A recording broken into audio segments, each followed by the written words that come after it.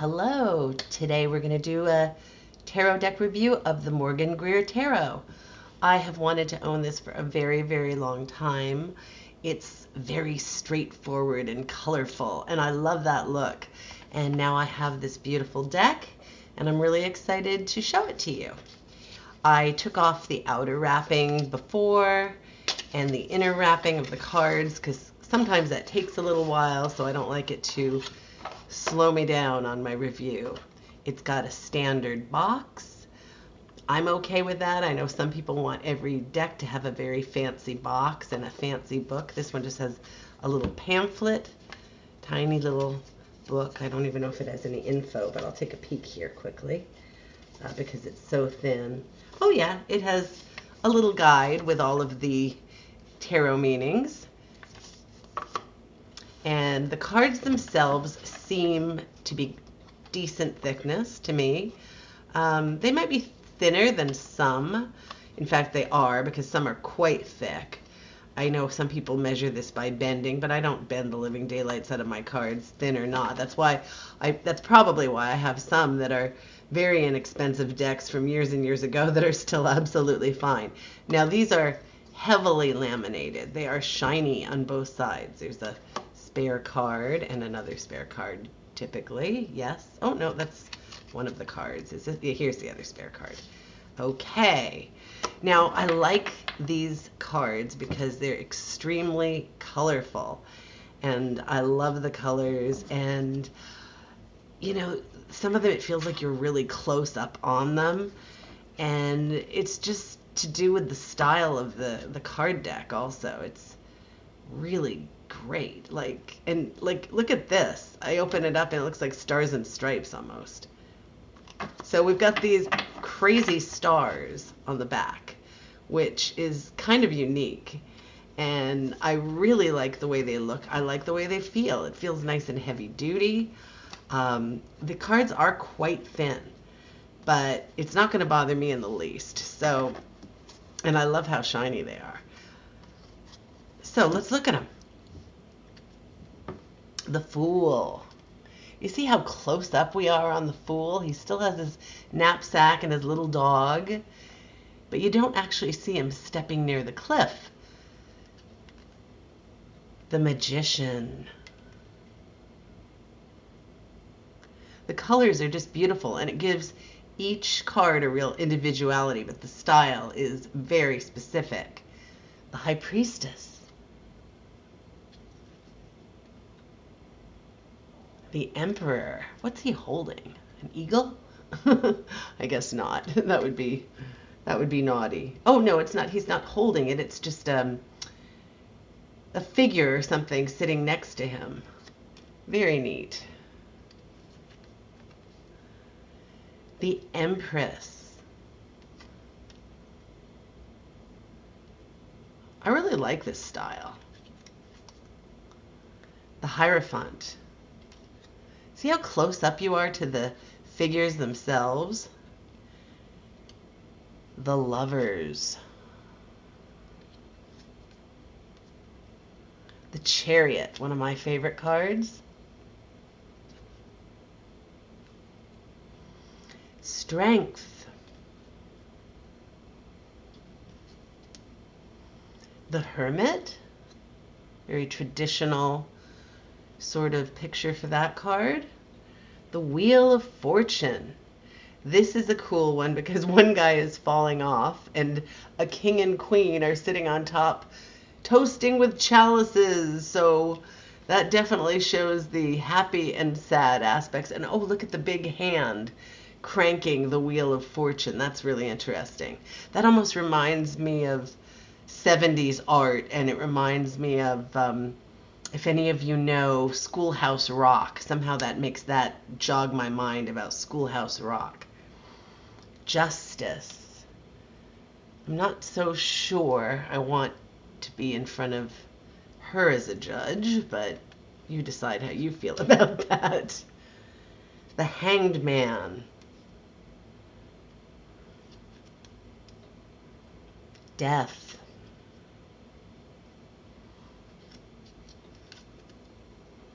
Temperance. Well, the colors here are really impressive. Oh, this is an interesting devil. And he's got a fly in the middle of the pentagram.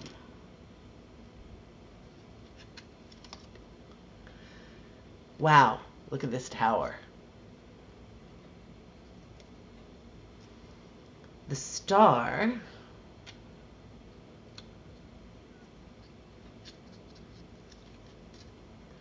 the moon,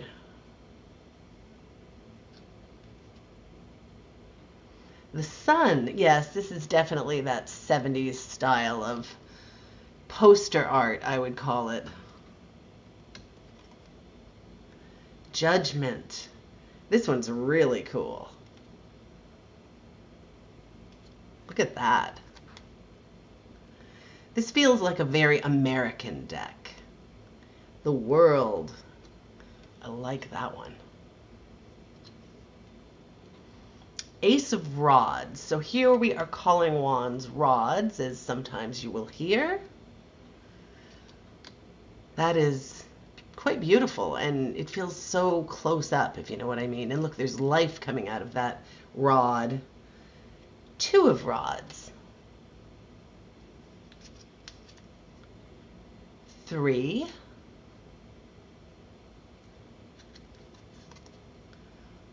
Four of Rods or Wands, a very happy card, with the garland hanging above, often a card of marriage or engagement or some wonderful celebration.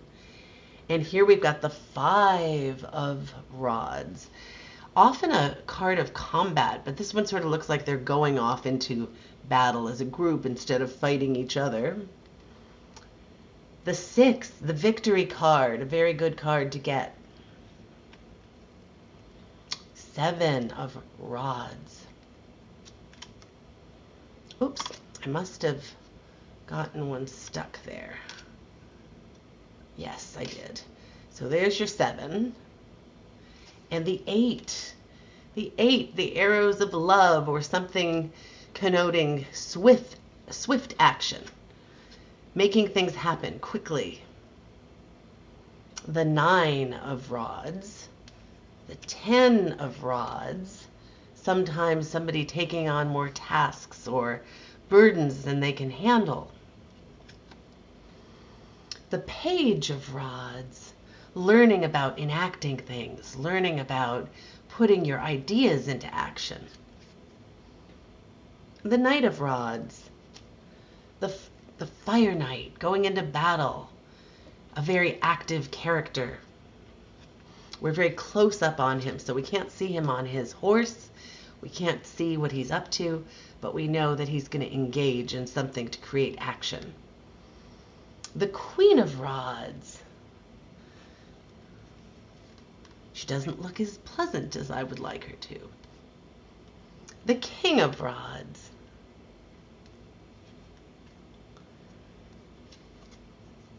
The Ace of Cups. Look at that. Look at that bird. It's a pretty one, isn't it? The Two of Cups, a very close, very good relationship where everybody's on the same page. The Three of Cups. That one's really intense. The Four of Cups. The Five of Cups. Being sorrowful over the cups that have spilled, which represent your passions or something you're passionate about. My favorite card in the deck, and the most beautiful one I've seen so far, the Six of Cups, childhood happiness and memories. The Seven of Cups, lots of choices there. The Eight, sometimes having to leave a situation to find your missing cup. The Nine, this is so perfect. I often call this the Fezziwig card because he was the employer that Scrooge had when he was young, who gave the beautiful parties and brought everyone together, and there was dancing and wine and happiness. And this guy definitely represents all of that. The Ten of Cups, one of the happiest cards in the deck, Home, love, family, security, people, connection, living out your passions. The Page of Cups, a child learning about love and creativity. He's loving, he or she, loving, happy, learning to express himself, probably already very expressive. A very good card. The Knight of Cups, a very loving and romantic knight. The Queen of Cups, also intuitive and loving. And the King of Cups, shown in front of the water because cups represent water signs, Pisces, Cancer, Scorpio. The Ace of Swords, very nice. The Two of Swords, a very sad, sorrowful card. The Three of Swords, the Four of Swords, Five of Swords, somebody who perhaps has just won a battle. Six of Swords, Seven of Swords, the Eight of Swords, bondage, being trapped by our own minds. The Nine of Swords, sleepless nights, worry and torment. And the 10, a card of true defeat. When it feels like you just can't go on. But you know what? You probably can. The Page of Swords. Learning about the intellect. Learning about knowledge and how to acquire it. Learning how to cut through BS and get to the true source of everything that's important. The Knight of Swords. He is an impulsive fellow who also is very, very determined. I like this card. The Queen of Swords is very intense. In real life, she can be a little bit cool. If you want an honest answer, whether you like the answer or not, go to the Queen of Swords. She'll give it to you. And the King of Swords. The Ace of Pentacles. The Two of Pentacles. The Three of Pentacles. This is a beautiful card for the Three of Pentacles. Laying foundations, building something, often a card of the tradesman, or tradesperson if you prefer. The Four of Pentacles, not necessarily wanting to let go of something. Hanging on, whether for good or bad. The Five of Pentacles, a very sad card for when you feel lost and very, very much out in the cold, especially financially. But there are positive sides to this card too. It depends on the placement. The Six of Pentacles, where there was loss or poverty in the card before, there is definite wealth here. The Seven of Pentacles. Eight of Pentacles. The Nine of Pentacles. She certainly looks content with her bird. This card often has a bird and a garden full of nature and a feeling of wealth and beauty. The Ten of Pentacles. Typically a very positive card, a card of security, family. The Page of Pentacles. He's learning about things. He tends to be very quick-witted, very good at inventive pursuits, taking things apart, putting them together, learning about money and investing. The Knight of Pentacles, a slow-moving knight, not like the others. He takes his time and he's careful. He takes his time and he's willing to do things that are a lifelong investment. The Queen of Pentacles, she's very concerned with security, very concerned with investing in things to make life have security, as is the King of Pentacles.